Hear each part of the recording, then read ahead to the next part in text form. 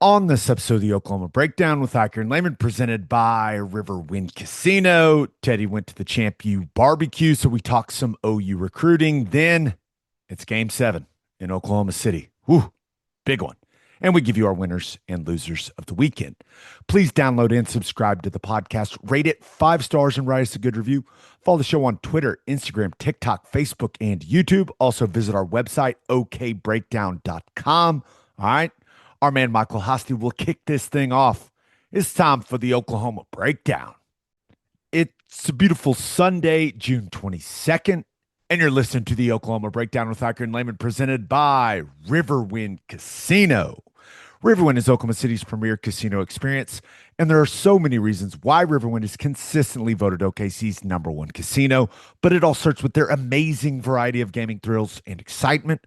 Riverwind's beautiful award-winning environment plays host to more than 2,800 of the latest electronic games with a huge selection of table games, including blackjack match roulette, and Teddy's favorite, craps.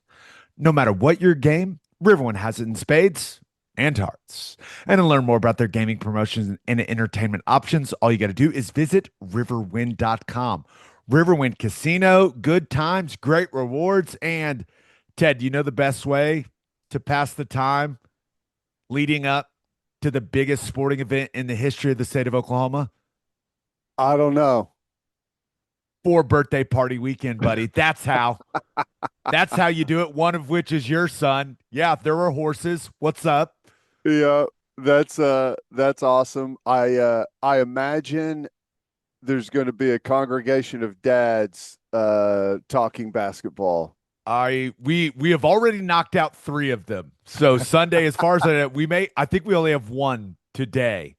But it's been a very good way to keep my mind off of Game 7. That's good. That's good. You don't want to think about it. You don't want to stress it too much. So I'm sure that does help pass the time. Don't want to peak too early. No, no. I'm gonna peak at 7 p.m. tonight. Let's get it. We'll get to all that in football guys talking basketball. But you had a big weekend. It was a very big weekend, still is, for OU recruiting. ChampU BBQ in Norman Saturday night. You were there. Tell us everything, Ted. How was it? It was good. Just talking to everyone, it sounds like it's been a very productive weekend. Yeah, it went really well. We had the player panel, and it was myself, Rufus Alexander, and then the offensive line very well represented. Wanye, Anton Harrison, and Creed were there, so it went really good. Um, it was a lot of fun. I think the setup was really good. Apparently, the weekend went really smooth and had a bunch of good kids in, and things are going well. Did you say anything inspiring? I Did don't. you inspire America's youth or not, Ted? You have to. I need a self critique of your performance. Uh, I don't.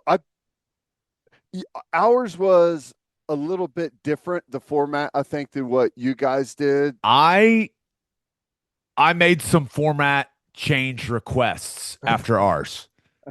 We and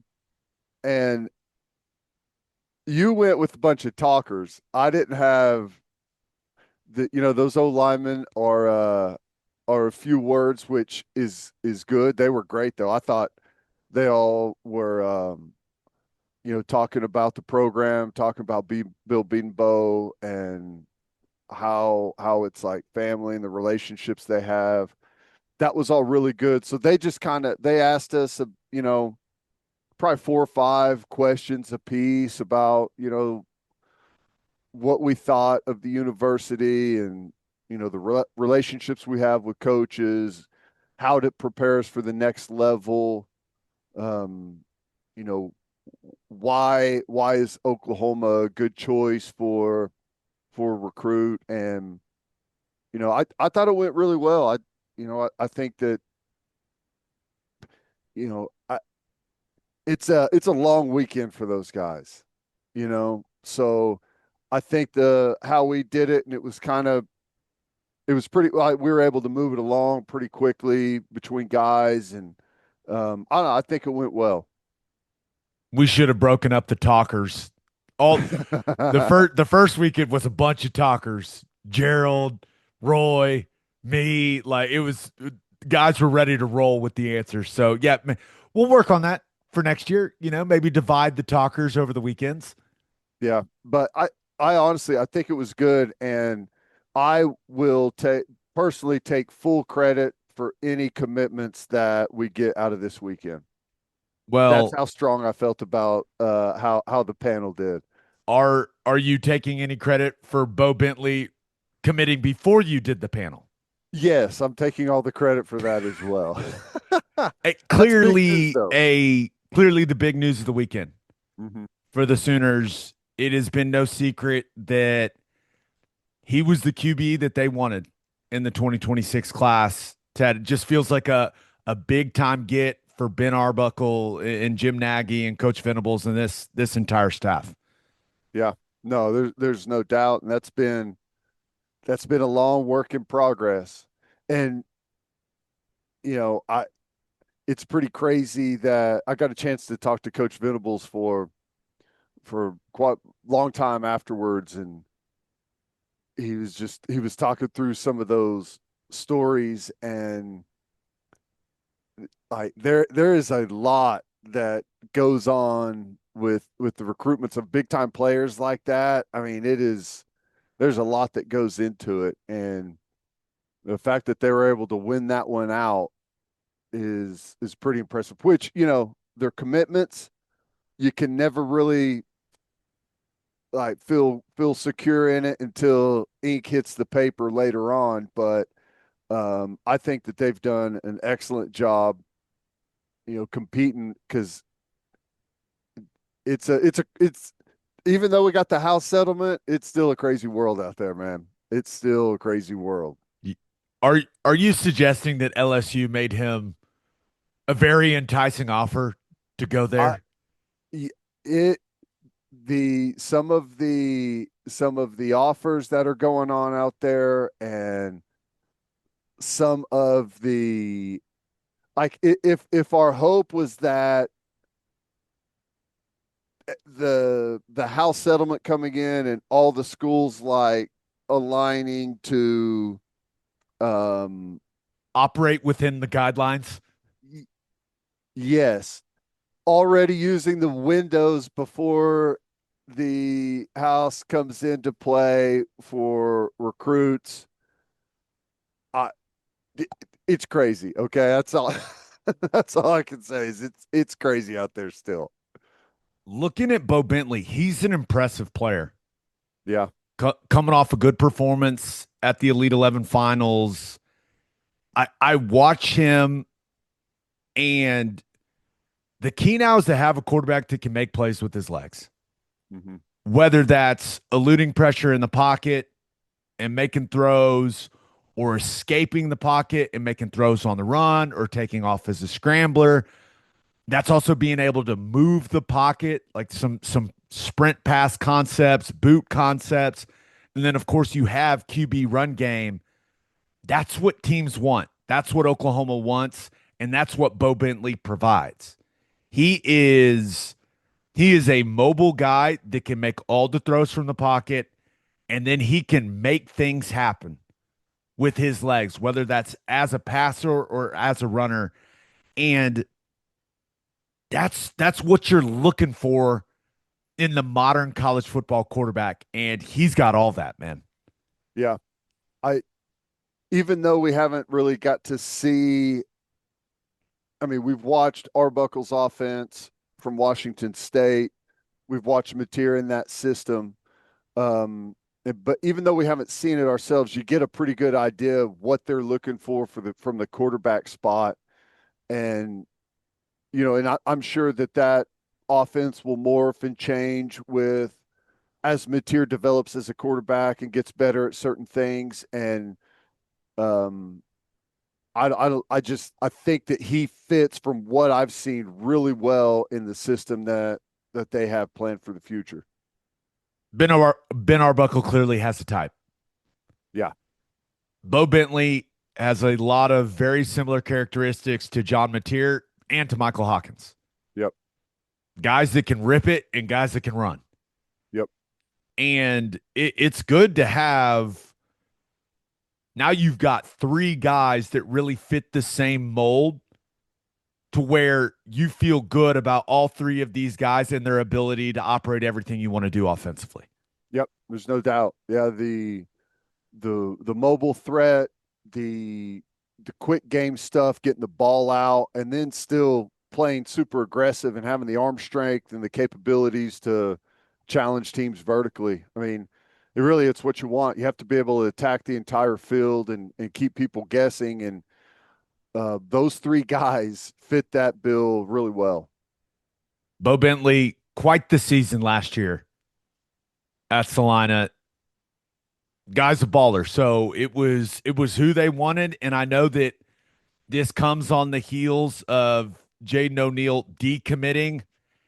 That felt inevitable with how this thing was playing out over the last couple of months.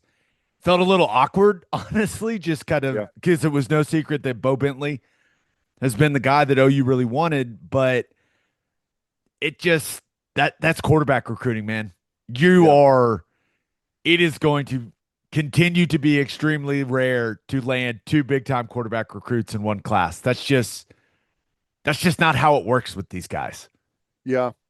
And whenever the news came out that Jaden O'Neal decommitted, like the hope there was that, okay, we got some movement going with Bowe Bentley, and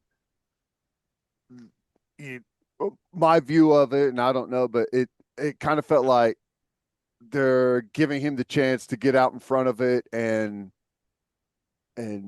do his thing and decommit and kind of carry on his recruitment, to where, like, if you do it after the fact, and it just kind of, I don't know, it taints the situation a little bit more. So the way it unfolded, I thought was maybe good for everyone. But yeah, that was a bit of a soap opera, and I don't know all the stuff that went on behind the scenes with it, but that happens when you have a quarterback that's been committed for a really long time, and you get a new offensive coordinator, a new quarterback coach.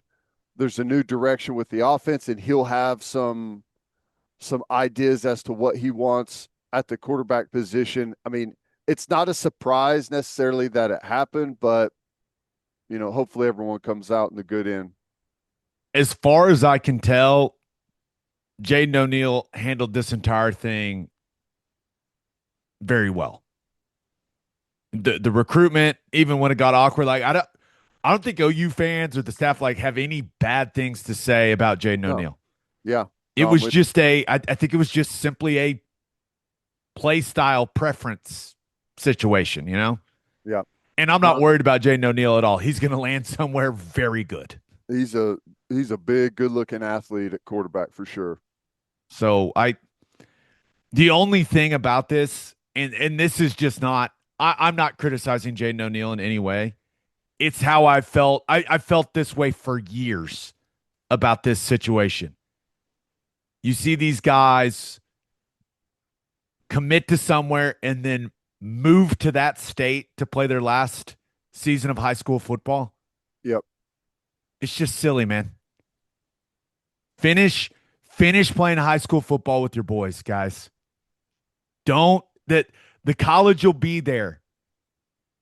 It'll be there. You cannot replace that senior year of playing high school football with the guys that you grew up. Don't leave your home state and go somewhere else and play it, man. Finish out playing high school ball with the guys you grew up with your best friends. Yep. Don't move somewhere else to do it. I was just talking about that the other day with a buddy.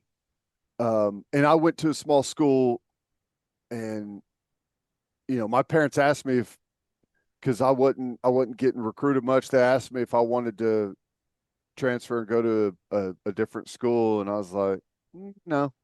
And it's just, I think it's rare, but I played little league football with the same guys I played my senior year with, and there's just something about that is, I mean, I know it's a there's a lot of money involved these days. Things have definitely changed, but that's one of the funnest years of my life is my senior year in high school playing with those guys and everything. So yeah, I understand it, but especially if you're at that level, you're going to be just fine where you're at. No doubt. We'll leave it at that.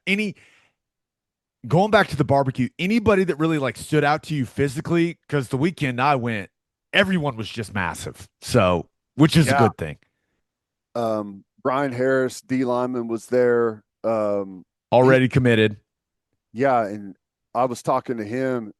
He told me he's like, I think he's 6'3" and he's 290, and he does not look 290 at all. He looks, I mean, he carries it very impressively. And he told me he has a 7-foot wingspan.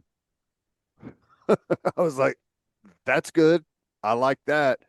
Um, he looked good. There was a couple of skill guys there, big wide receiver. I think he's out of Georgia. He was there. The Jandro brothers were there, Bowe and Nico Jandro.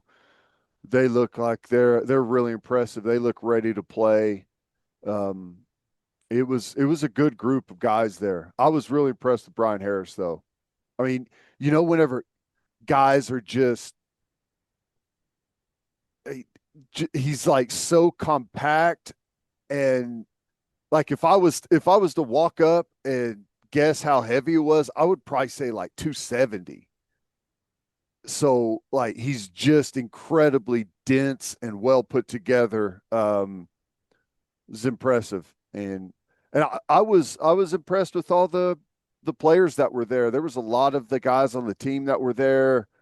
Mateer was around, and I guess there's guys that are hosting everything, but there was a really good representation of the current players that were there as well. Only other recruiting news is a couple more commitments. We had the running back DeZephen Walker. I think I'm saying that right. Yeah. DeZephen coming to play for DeMarco. Love that. Yep. Commits out of the state of Missouri. Ted, I went and watched the stuff. I really like his stuff in between the tackles Mm-hmm. on his highlight tape.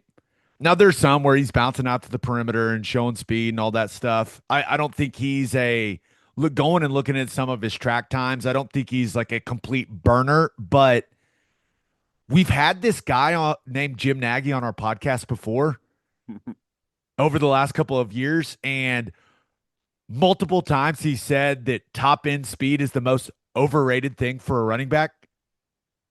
Yeah.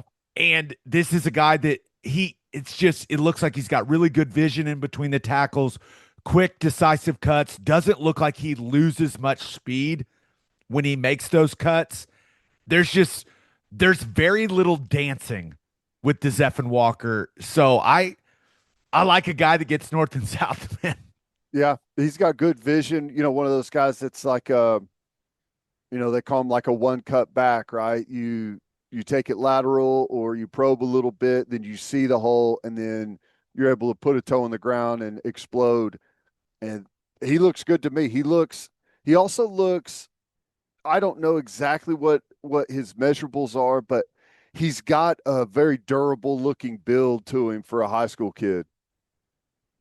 This may sound stupid because I completely agree. He kind of just moves and looks like a good running back. Yeah. It Yep. the frame, the hair, just his The movement. name. Yeah, the name, like his movement patterns are just you just watching you go that guy looks like a natural at the running back position. Yep. Natural. It's not, you'll get a lot of guys that are, you know, some of the stuff you see at the second level in high school does not translate to college. Whenever you see guys moving and shaking out there, I mean, it's a good sign that they have good athleticism and can cut, change of direction. But he looks like a college running back stylistically playing high school football, with the way that he does it, which looks like he's been coached pretty well. I agree with that. I think that's a great way of putting it. Other recruiting news for the Sooners. Trace Rudd, kicker commitment, did it on the official visit. That was a fun video, but I don't know a lot about kicking recruiting. All I know is he's viewed as one of the top kickers in the class of 2026. Good get for Doug Deacon from all indications. Kicking is important, Ted. Yeah, it is. And I'm with you. I I can't really break down what makes a kicker like the traits you're looking for. I just want a guy that is very good at putting it between the uprights. That's pretty much my my go-to. How good is he at putting it between the uprights? And apparently this kid's pretty good. That's all that matters.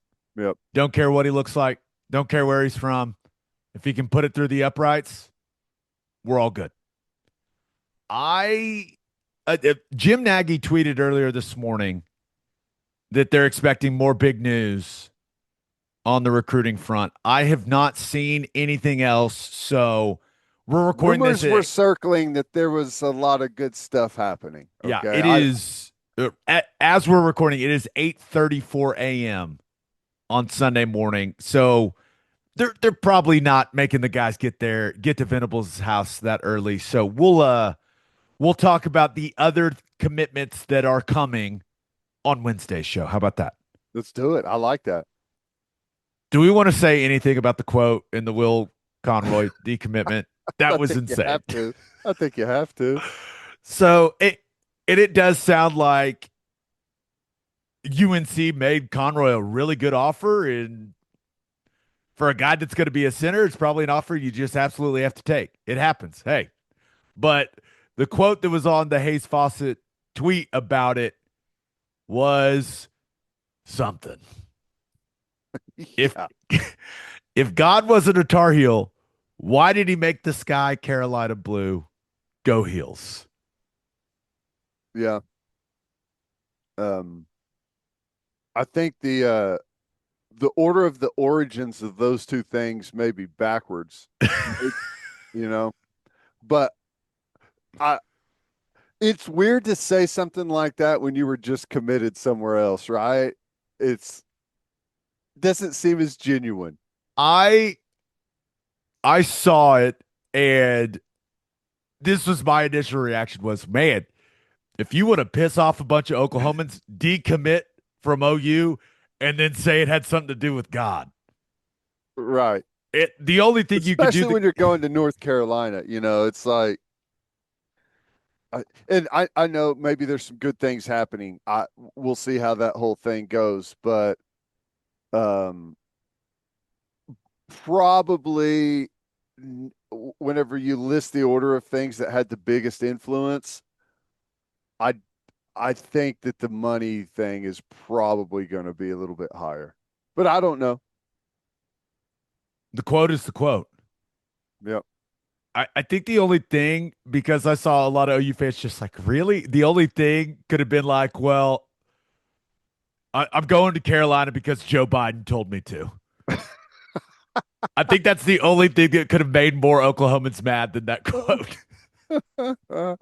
Yeah, that was interesting, but uh that's how this thing is going to go, man. It I is. I did like the guy's film. I'm not gonna lie. Yeah. Like I like the way that he moved. I think he's raw technically, ducks his head, hands get wide, kind of a momentum blocker, but played with a good edge, could really run. A lot of clips of him getting out on the perimeter and showing athleticism. I I think he's gonna be a good player for North Carolina. I do. Yeah. So I And know the quote is goofy and we're joking about it, but I did like what he could have been as a player for Oklahoma, but I think they're feeling really good about some of the other O-line targets. So I'm not overly concerned about it. Go get that money, Conroy. Congrats, dude. and you never know, like these things, we've seen stuff similar to this in the past where a guy gets swayed quickly, makes a decision, and uh ultimately maybe ends back where he originally was. I don't know if that's something that they're going to continue to pursue or not, but you never know, I guess. Anything else from barbecue weekend? I don't think so. You better have gotten a lot of kids to commit, Ted. I feel good about it. I feel good about the rumors that were swirling in that room. I I've got one question for you. Okay. Did you cry? It did not. Failed us. I Failed. know. I'm just kidding. As it was as the panel was going on, I was kind of looking at Creed. I don't know. I was thinking I was trying to laser back and forth that non-verbally someone's got to cry here. Who's going to do Yeah, it? you know Gabe cried at the first one. You gotta get someone to who's gonna cry. Uh, Would not be Creed. no, no. God, he looks so huge. So funny, man. He's the best center on the planet, man. He is. That guy doesn't need to say much. Just look at him and watch the film. They asked like, "What's your um like? Do you have like a favorite play or moment or anything?" And I was thinking like, and Anton's like, "Well, we don't have really have highlights as offensive line." And I was thinking like, it's funny because the better you are as an offensive lineman, it's almost becomes boring to watch because they're just like Creed, especially. Everyone is all over the field, and Creed usually just has a guy locked up, like right where the ball was snapped. It's very boring to watch this film, but I do it each and every Sunday. It's great. All right, the time has come.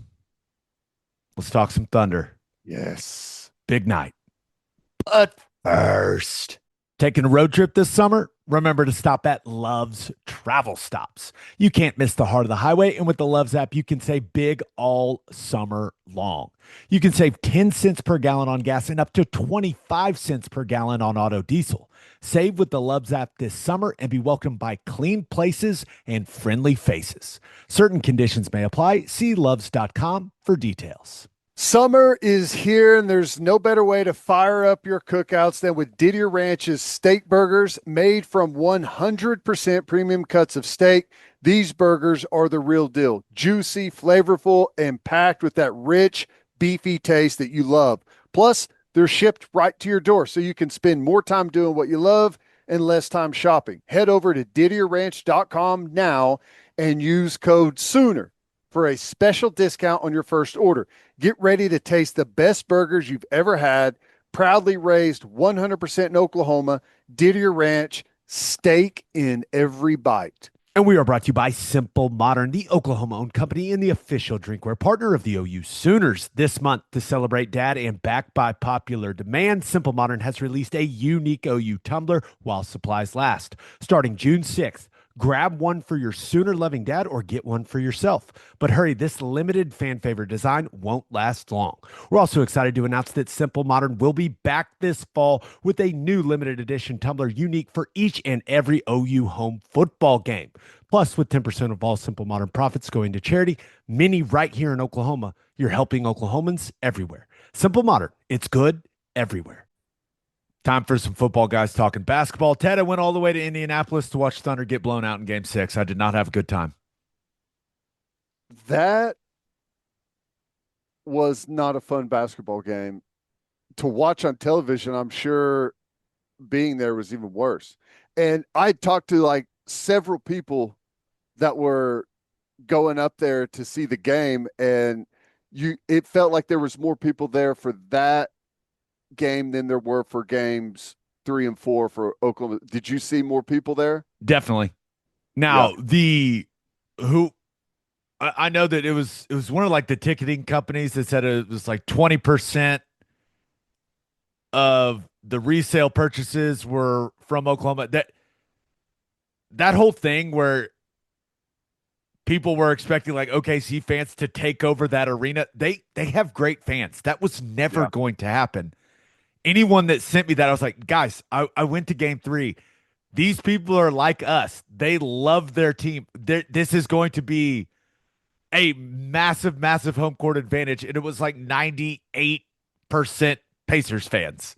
Yeah. What's funny is we've heard like all the talk about, the ratings being down and, kind of expected with the two teams.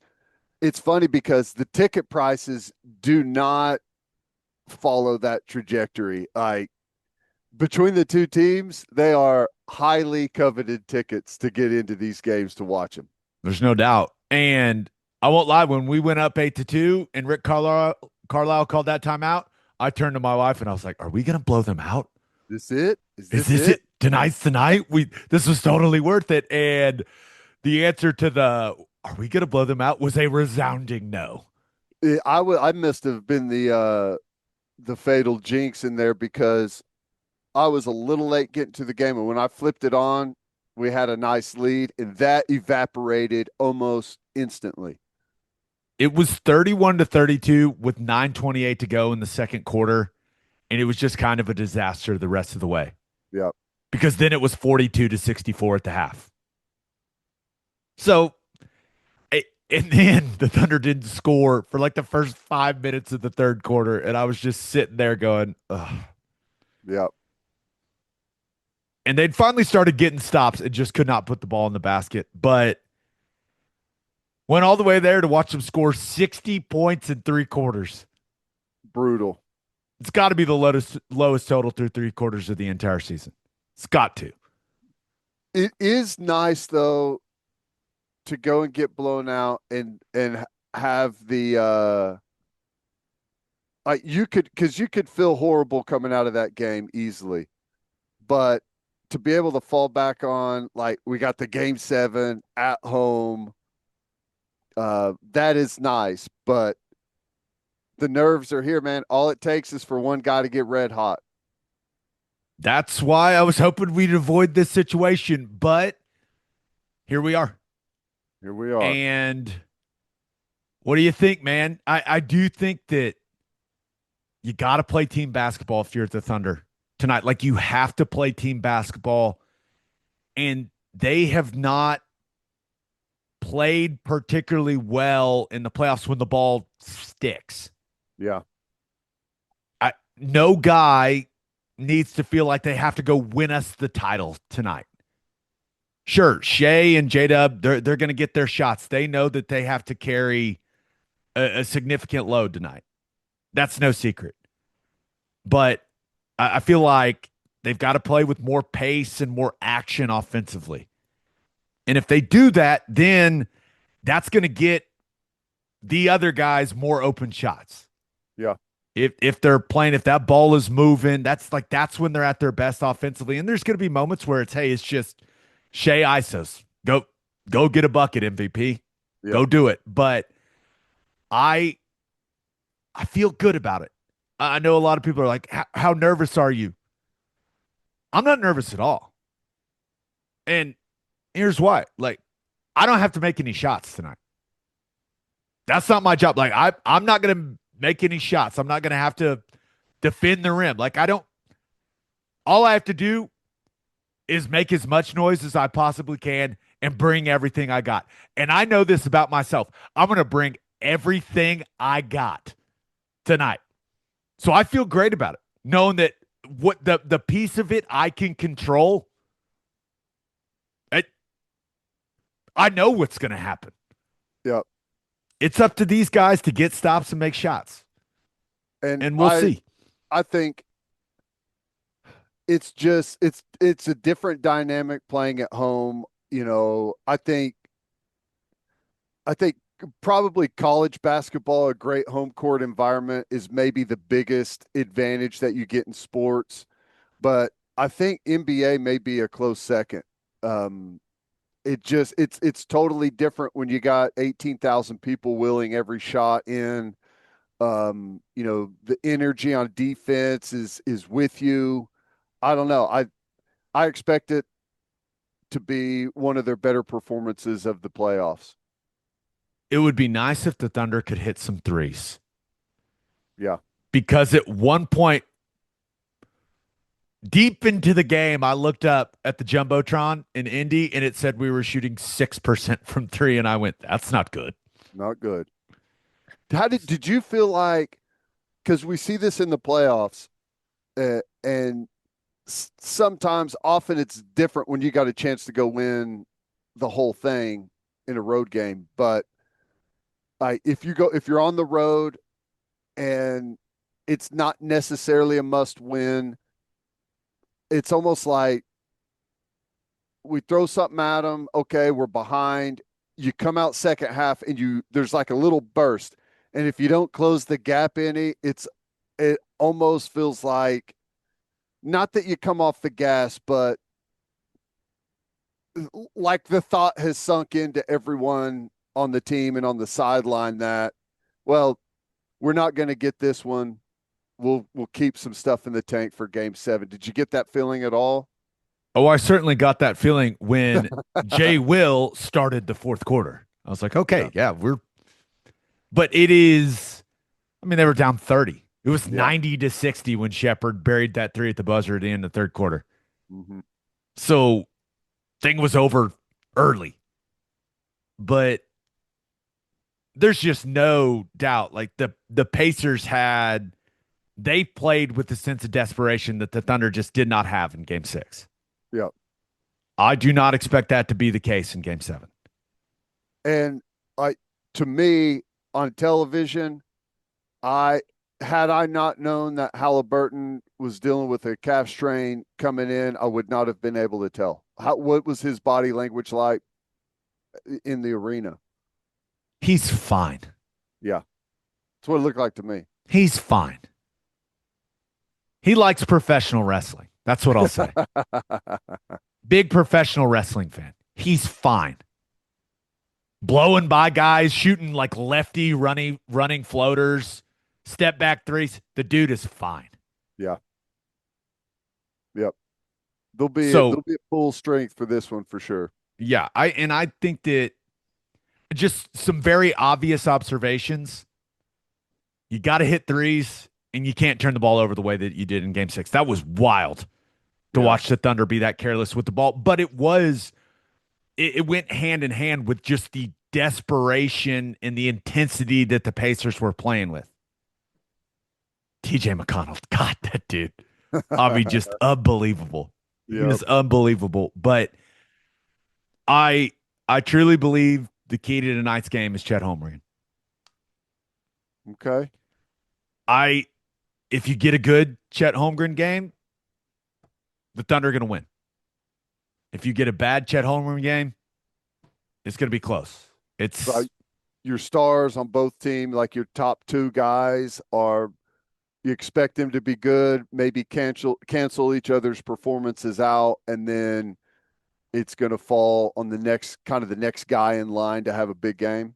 Yeah, need him to shoot it with confidence. Need him to get to the rim, man. Get in the paint. Find a rhythm. And then, of course, he's just massive for what they want to do defensively. So if you get a good Chet game, I think we're gonna have some fun on Sunday night. I don't know why I keep saying Sunday night. It's today. I'm kind of just pretending like it's not here in a couple hours. I don't know why I'm doing that. It just feels I've been thinking about this.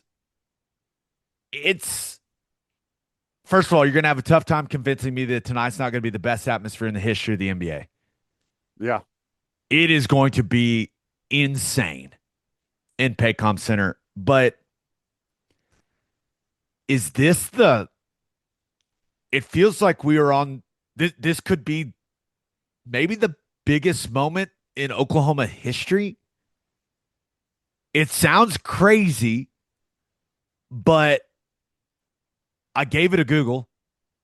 I Googled biggest events in Oklahoma history, and the AI overview answer is Oklahoma's history is marked by significant events, including the Trail of Tears, the Land Run of 1889, the Tulsa Race Massacre of 1921, the Dust Bowl, and the Oklahoma City bombing of 1995. Well, it'd definitely be the best positive story. That's what I'm saying. You know what I mean? Like, I don't think maybe a lot of people nationally don't realize just how big of a deal this is for us. Yeah. Well, I mean, it's different. A pro sports championship is just different than a than like a college football national championship, which no doubt is massive. But I think just across the country and even across the world, it this is just a little bit more visible, and I think it carries weight for a little bit longer. You college football season, there's a quick reset after it's done, but and I think it also has to do with how they're set up for the future, and what how big of a part of the story of the city that the Thunder have become since they came here. I'm with you. It's either going to be the biggest sports celebration or the biggest sports break in the history of the state of Oklahoma. Because remember, with the college football stuff, when OU loses a big game, there's some Oklahoma State fans celebrating that. Yeah. And vice versa with Oklahoma State, the handful of big games they've ever played in football. But the entire state is behind this team. The whole state is behind the Thunder. If we win, it's going to be a celebration unlike we've ever seen in this state. Yep. And if we lose, complete and utter misery. Misery. That's because one of the biggest favorites ever rolling into the finals, and I think we've talked about this maybe, but if the Thunder do win, I hope that, because the talking point is easy. Well, it was the Pacers. They didn't have to go through Boston. I hope if we win that it's viewed properly, because this Pacers team is a hell of a team, and it's not a gimme championship by any stretch. No, I think everyone agrees now. Like, the Pacers are fantastic. Yep. Yep. I know you've heard it a lot this weekend. I've certainly heard it a lot. If before the season you would have offered us hosting Game 7 of the NBA Finals, yeah, we're taking that offer. Chance to one game to win it all, absolutely. Yep. And here we are. Let's get it, Ted. I hope I'm in a good. I hope I am thoroughly hungover for Wednesday's episode after a Tuesday parade. Is it weird that I'm as excited to see the atmosphere in the arena as I am the game? Maybe even more so, because Game 5 was awesome to watch. It's just, I don't know. It's got such a cool feeling to it, and I know this one's going to be, which I wouldn't have been able to imagine it being better than it was in Game 5, but it will be. You know how seriously I'm taking it? Okay. I ordered some throat lozenges that are made in Switzerland. Ah. That I heard were like the bee's knees of throat lozenges. Push the fluids, start the throat lozenges I had early. about 10 of the mini Gatorade Zeros yesterday. Okay. Just been electrolytes, water. Think I maybe had one alcoholic beverage yesterday. And remember, it was a 3 birthday party day. Yeah. Just enough to prime the system. Not enough you don't want to go overboard. You'll be geared up and ready to go. I like it. Come on, Thunder. You can do it, boys. We got this. We're all behind you. We're all behind you. If it's one of those where it's obvious, like mid-third quarter, we're going to win it, I don't even know how I'm going to handle it. I know. I could see people in the arena just start like buying drinks left and right. Like the party will start there. You know what I mean? Yep. Yep. I don't know. I feel like, just personally, if I was to predict the game, I think it's a 1-2 possession game with 4 or 5 minutes to go. And we'll see what happens. It feels like it just has to be that way. It can't be easy for us, It just can't. Yeah. How would you prefer it? Like, if you knew the outcome, like you would want a dramatic finish, right? If you knew the outcome, but not knowing the outcome, do you want, like, would it be better to be able to enjoy it and party like the whole second half, or I I think if in an ideal world, it's a great game to like the 8 minute mark in the fourth quarter, and then right there, like 8 minutes to 4 minutes, the Thunder, we're talking just full on flash flood situation. yeah, And then that last 4 minutes, they've got a, 13 to 15 point lead, and we're all just losing our minds. And you're just seeing like the purest form of sports joy you've ever seen in the crowd. Like that's like you get a good game, but then they go on like one of these patented runs where the Pacers turn it over 5 possessions in a row and the Thunder cashed in. There's some big dunks. I maybe have thought about this once or twice. Maybe a Lou Dort three or a couple of them where the crowd just gets to go crazy as that thing is just suspended in the air, you know? yeah. There's like there'll be a moment where there's a realization that it's going to happen. A We're going to Shea do it. step back three. Yep. And this would be like the perfect thing, like a Shea step back three to push it to 15 or something like that. And then he just starts losing it because he never loses it. It's Yep. always calm. It's always cool. It's always collected. If he buried like a step back three and then just starts like primal yelling to the crowd, Pacers call a timeout, yeah, and you get that extended. Yeah, he just that'd like be lets awesome. it all out. That's what I'm hoping I get to see tonight. That's what I'm Yep. hoping for, Ted. Yep. That we all are. We all are. All right, man. Let's finish. Oh, I'm not nervous, but I just really want him to win. Yeah.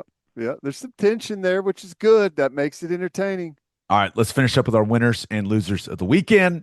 But first, Schwab Meat has been smoking the highest quality meats, hot dogs, and sausages in OKC since 1912. Go to schwabmeat.com to order any of Schwab's outstanding products and use promo code OKBreakdown for free shipping on orders over $75. Schwab dogs are iconic. I like to keep it simple. Just a bun, dog, mustard, ketchup. Also, the jalapeno cheddar smoked sausage is ridiculous. Schwabmeat.com, code OKBreakdown for free shipping on orders over $75. Schwab Meat, the official hot dog of game days. all summer long, the Garage is offering their triple threat combo for $8.88. That's a burger, fries, and fountain drink for just $8.88. The triple threat is available all day, every day in store at all of their locations. You can also enjoy Rad Hour at the Garage with discounted domestic beers, house wines, draft cocktails, and frozen cocktails every day from 11 a.m. till 6 p.m. Visit eatatthegarage.com to find a location near you and order online from the garage in your neighborhood. Insurica has launched a new digital agency introducing Insurica Direct. Whether you're in Oklahoma or anywhere across the U.S., they've got you covered. From small business insurance and health insurance for your employees to insurance for individuals like home, auto, and even Medicare supplements. Insurica Direct's got it all. Start your journey today at insuricadirect.com. Remember, at Insurica, we specialize in you. As always, Ted kicks off. Who do you have as your winner of the weekend? Man, I had to go with Kade Anderson and LSU getting the game one win in the College World Series. What a performance.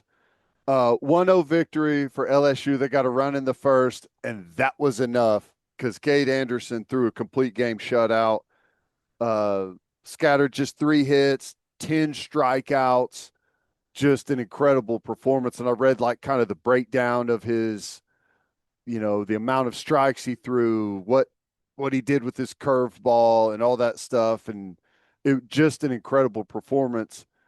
I mean, credit Coastal Carolina though. When you get a performance like that from a pitcher and you lose 1-0, I they're still right there. The feeling kind of all along has been that LSU's pitching is just so incredibly deep that it's going to be hard for Coastal Carolina. But I mean, even though they lost the game, they have to have it carry at least some confidence into the second game, knowing that they're right there. So that was a lot of fun, though. See your performance like that, impressive. I I do want to send my condolences to Arkansas fans. Oh my gosh, dude. Oh, That was I was like uncomfortable I watching it. know. Now, congratulations to LSU, and I think they're going to win the national title. But watching like the way that LSU got to the championship series came at the expense of Arkansas, and just how many times is that going to happen to Arkansas and Omaha? Oh my gosh, dude! I typically, when something like that happens,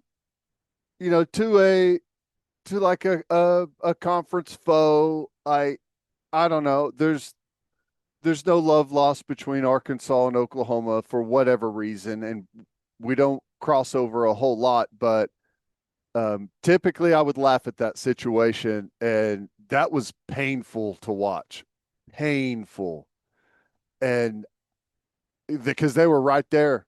It's right there. It's over. Just finish the thing off, and it just fell apart. And that's one of the most brutal things. And those players after the game, I mean, it's one thing to lose a game, right? But it's another to lose it in that fashion. And gosh, that was a very difficult watch. Brutal. But congratulations to LSU. Sounds Yep. like it's really hot in Omaha. I don't know if it's because it's been like It's it's got been to be all the cool, rain, right? cool and rainy, and we're just not maybe as used to the heat, but the humidity has been crazy.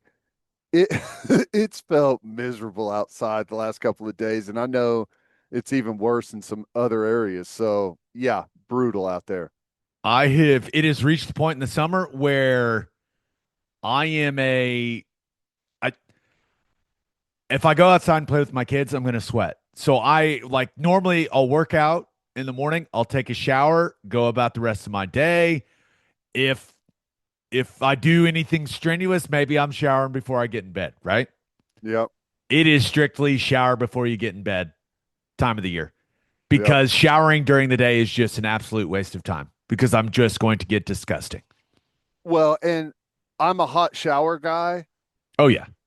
and really, once you take the hot shower, if you do it in the morning, it's perma sweat the rest of the day. The You the never faucet the faucet's never getting turned off. never get turned off. Totally understand that.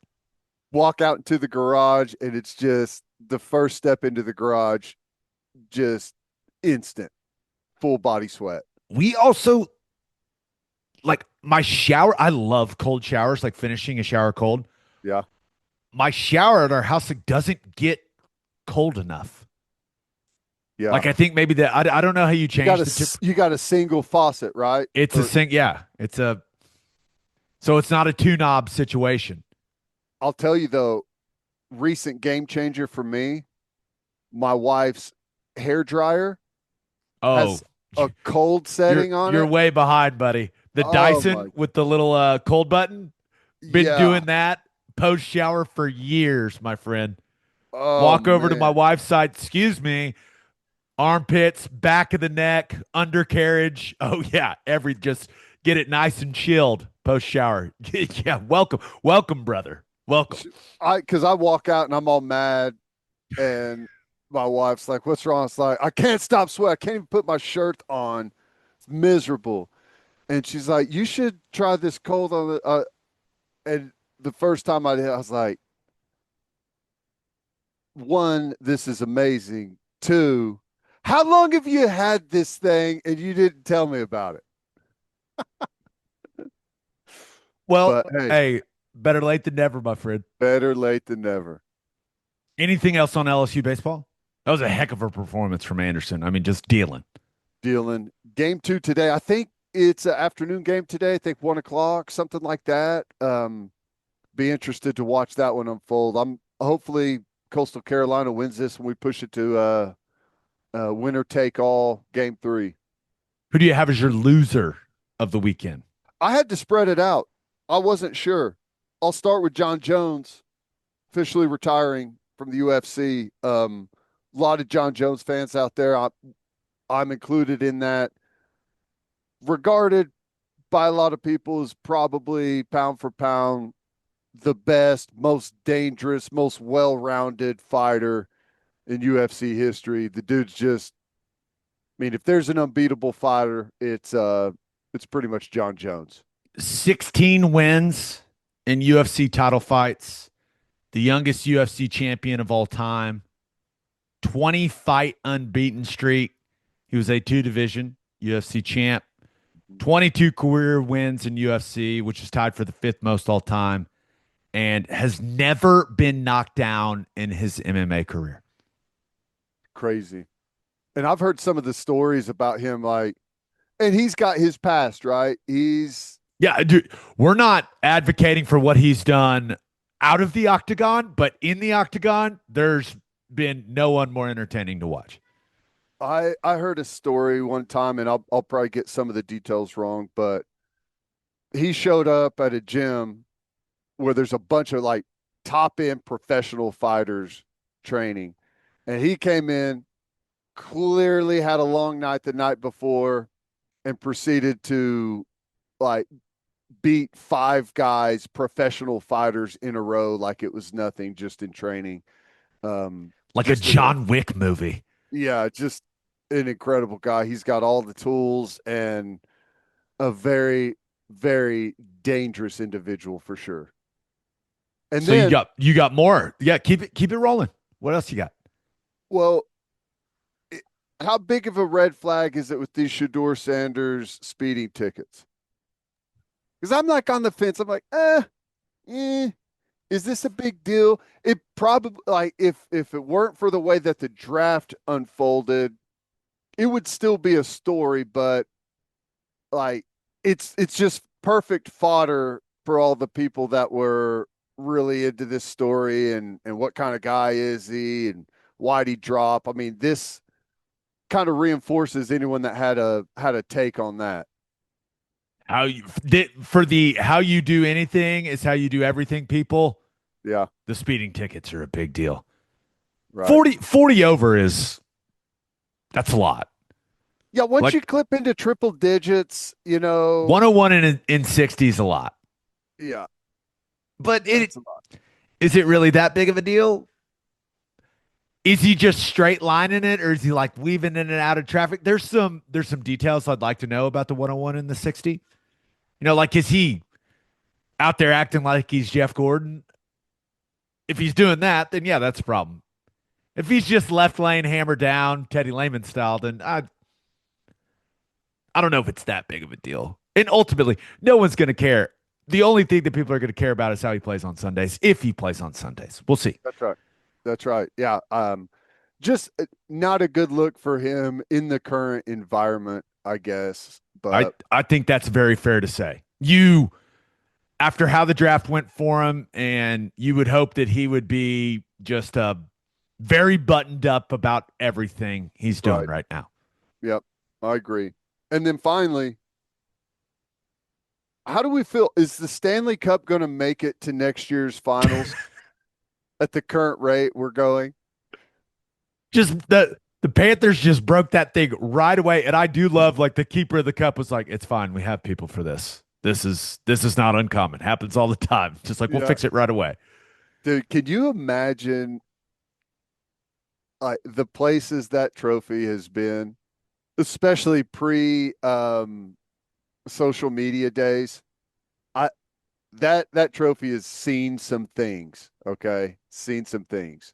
Have you seen the ring camera footage? Yes. Just what was it Bobrovsky, the goalie, I think?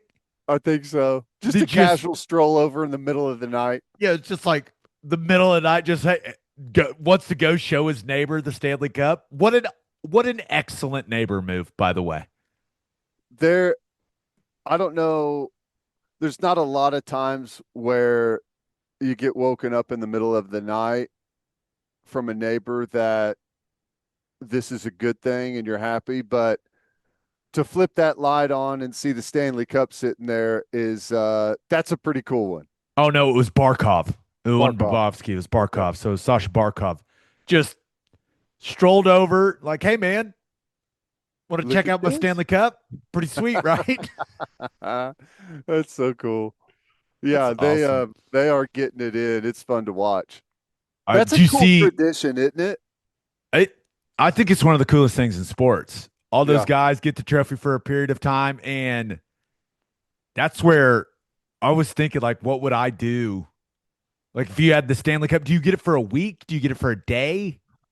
48 hours? I'm not sure. I mean, there's got to be a little bit of transition time in there, so I don't know exactly what the layout is, but yeah, I don't know.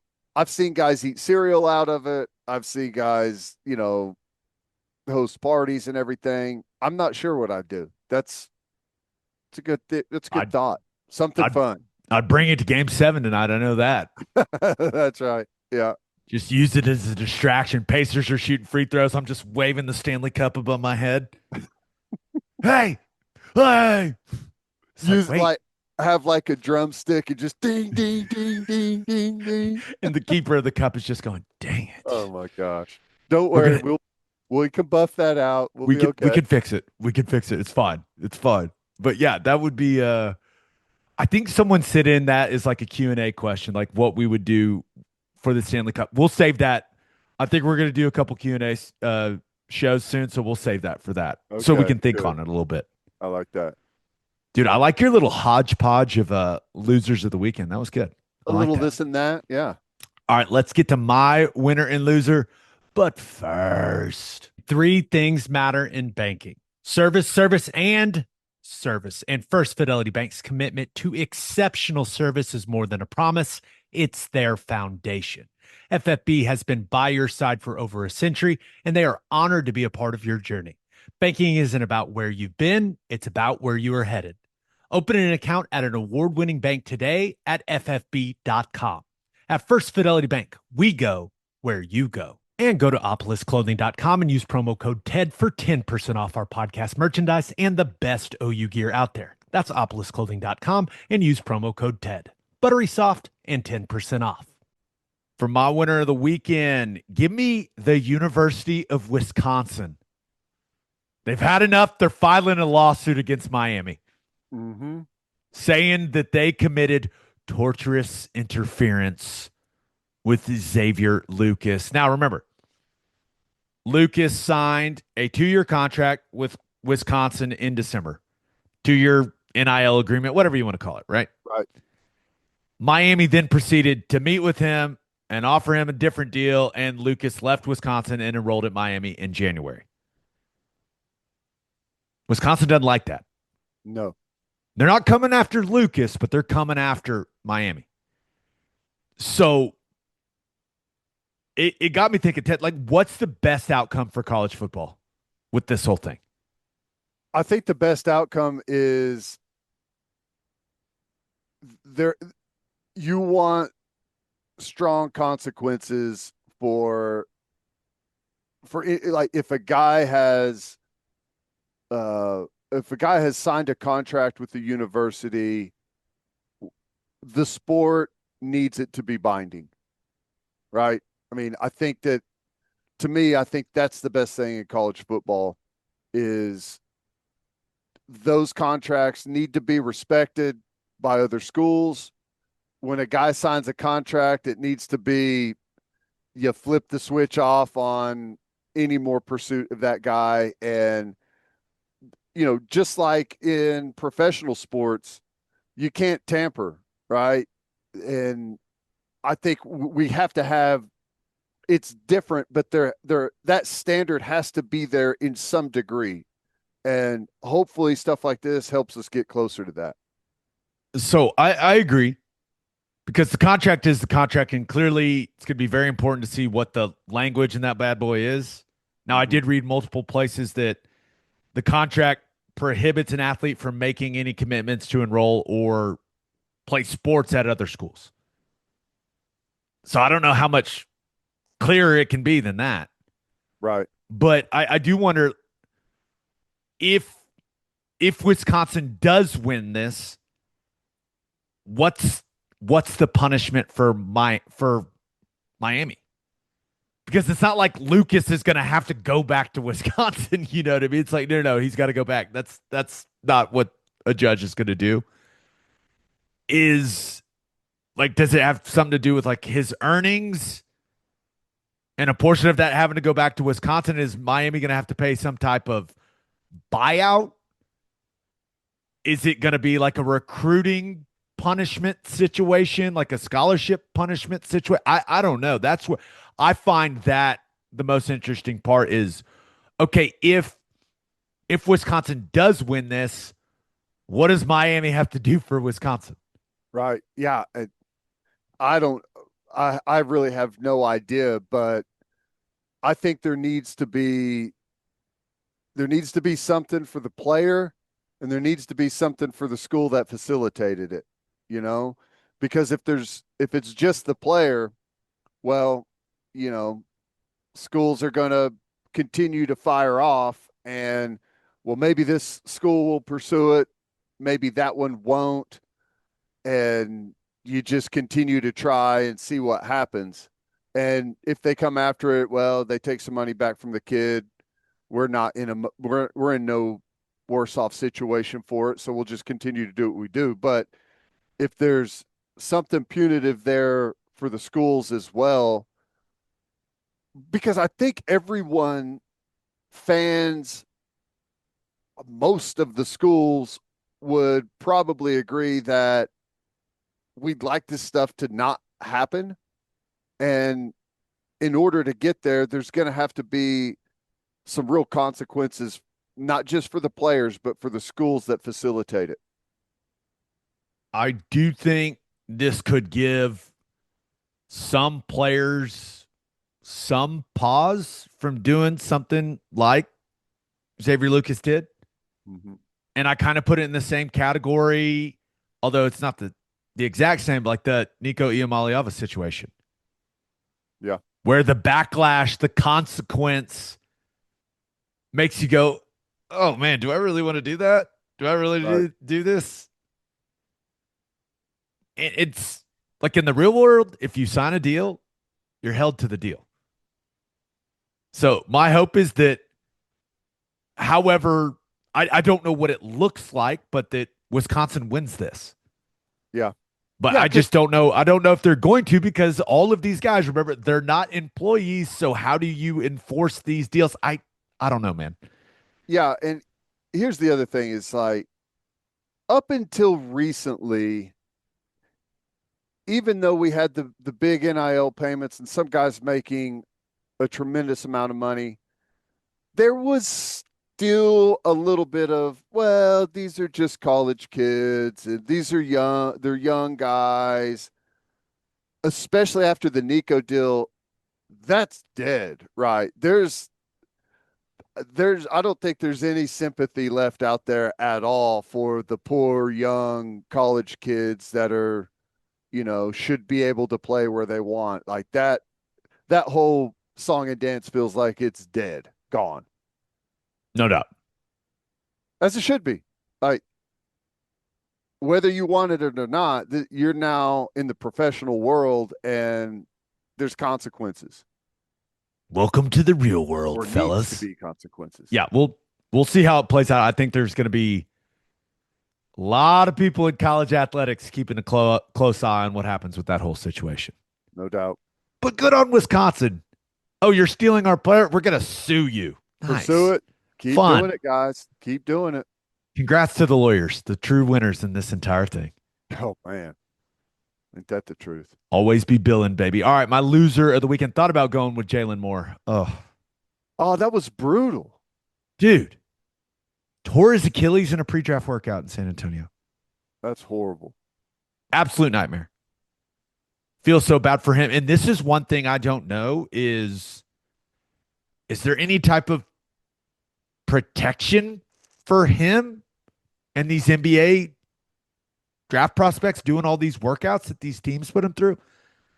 Yeah, well, I don't know. I know in football there's a lot of guys, it's common to get insurance at some point against some type of career ending or massive career altering injury. that you might take within that window, but Doesn't get more career altering than tearing your Achilles as a basketball player. it's pretty brutal. And it's really surprising too for a guy that's in such good shape, has really good bounce, Well, young. So that's you, a rare injury for a young guy. yeah, Ace Bailey, who everyone views as like a lock as a top 5 pick, is turning down all these workouts. And after I saw what happened to Jalen Moore, and Jalen Moore, he was going to be a second round guy if he got drafted, but so it's not exactly the same as the Ace Bailey situation, but it's one of those where it's like, yeah, maybe it's not worth it to do these Yeah. workouts, guys. Yep. Yeah, I would love to know, like, is he going to be financially compensated? I don't know. But that is absolutely brutal for Jalen Moore. Yeah. I hate when I saw that, I was like, oh my gosh, that's brutal. Yeah. It's It's bad. bad. It just absolute nightmare. Yep. That's right. But my loser of the week, I'm going with Jeanie Buss. Now, on one hand, sold the Lakers for a huge valuation to Mark Walter, $10 billion valuation. That's a big number. Huge number. But the reason she's my loser of the weekend, there are reports that she will remain the Lakers governor and continue to run the team. And there's just no way that's happening, right? Well, if I paid $10 billion for it, I don't think I would. That would be the process I would go through. And I know that Mark Walter already owns 26% of the team. So he's becoming the majority owner. But still, you don't become the majority of the owner of a team and then let someone else run it, do you? Well, in all the headlines I've seen, it's like finally the Lakers will be run like a real organization, and I don't know how they did things, and I don't know necessarily that they did it poorly. They That seemed to be the thought from a lot of people. they've always paid players, but their reputation in the NBA is that they, like, you'll hear the term mom and pop shop a lot with them. Because that was the Buss family's like only thing. Yeah. So I think that people are thinking that whether it's scouting, analytics, nutrition, like all those support staff roles that are extremely important in the NBA, like they have not had the type of operation in those areas you would expect them to have. Yeah. And now Mark Walter is going to bolster all that like he's done for the LA Dodgers in baseball. Yeah. We'll see, but I am just, it reminds me of the Mark Cuban situation where he's like, oh, you sold it, but you're still going to be in charge of basketball operations. No way, man. There's no way Jeanie Buss is still going to run the Lakers. You don't become the majority owner to let the person you bought it from run the team. That makes no sense. I it's so weird to me. I guess maybe they, like, if you're tired of it and you want to sell, why, you the valuation is super high, you get a boatload of money.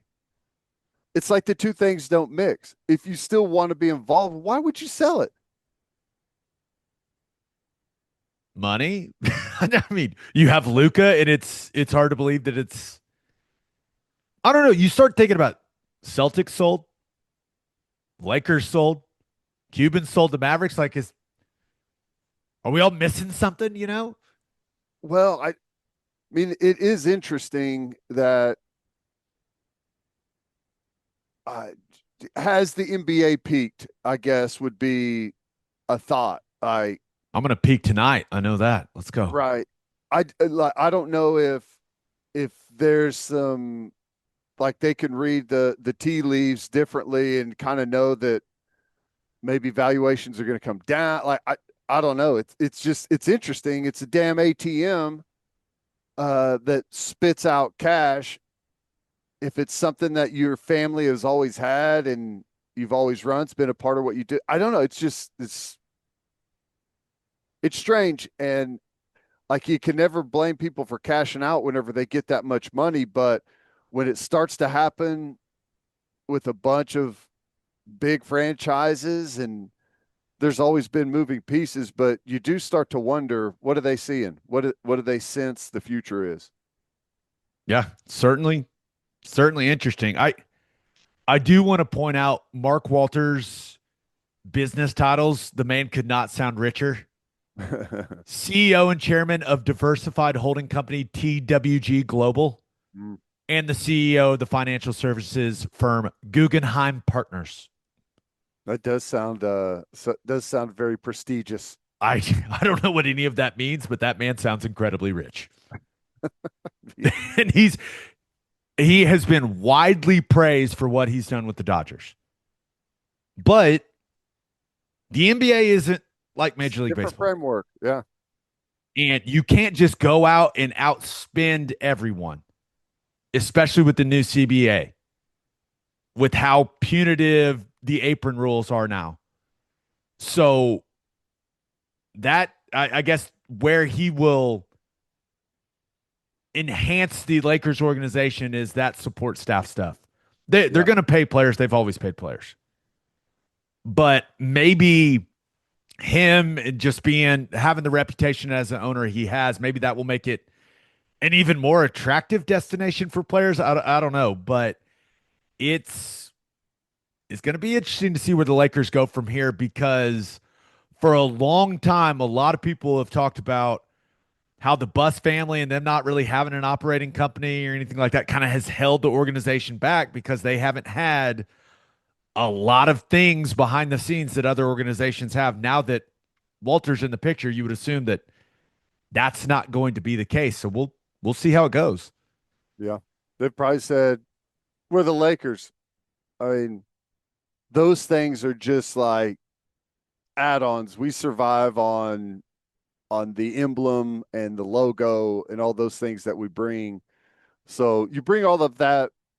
I mean, performance-wise, hopefully it helps, and perhaps players talk, and you know it gets out that it's either a good place to play or a bad place to play, and you know for it's different. Some guys, like, there's a small handful of guys that are like legacy type of, like, worried about what the legacy is and winning championships. But a lot of guys are like, I'd want to go play somewhere good as a role player, somewhere where you're taken care of, and it's a good environment. So I don't know.